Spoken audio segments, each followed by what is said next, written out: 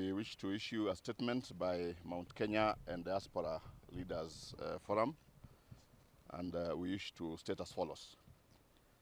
Fellow Kenyans, we stand before you as representatives of the people, leaders comprising of Mount Kenya Parliamentary Forum, committed to advancing legislative and development initiatives to the benefit of the people we represent in the region and those in diaspora.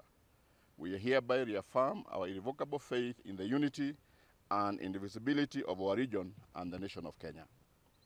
We come to you in tremendous humility to express immense gratitude and admiration to the people of Kenya and of this region for electing us to represent your interests and for electing the Kenya Kwanza administration with President William Ruto as the leader of our country.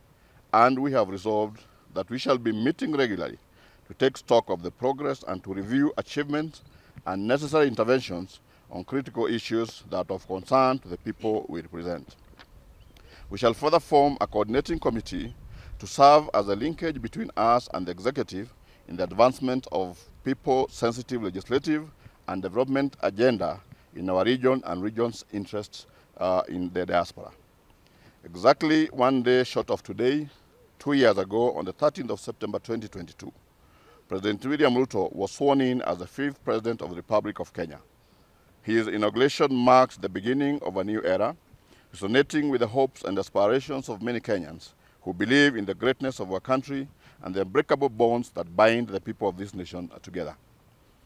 The hallmark of the 2022 election was a resounding vote of the residents of Mount Kenya for President William Ruto, a first where this region voted almost to a man for a presidential candidate born and raised in another part of the country.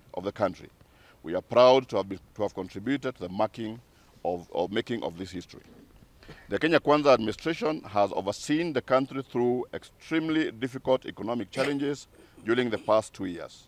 President Ruto has steered Kenya off an economic cliff, resulting in reduced cost of essential foodstuffs, household commodities, fuel, and the strengthening of the Kenya shilling against foreign currencies in a difficult post-COVID-19 period. Today, the country is no longer facing the risk of debt distress.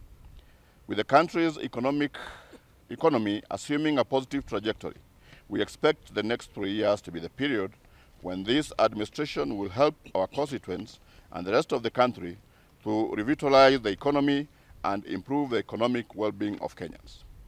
Unfortunately, our effort to consolidate the development needs of the people we represent and canvass for their realization has been frustrated by the lack of a focal point of reference around whom we can channel the interests and priorities of our people to the government for actualization. Instead, the Mount Kenya region has suffered high-octane politics around the fathom unity to support individual and personal ambition rather than the actualization, pursuit, and lobbying of the interests of the constituents. Our attempts to call the region to the orderly prioritization of the development needs of the people has been frustrated by condescending threats of dire political consequences unless we support certain personal interests and ambitions. Yet, time is of the essence, given that we are already under 3 years to the end of the first term of this administration.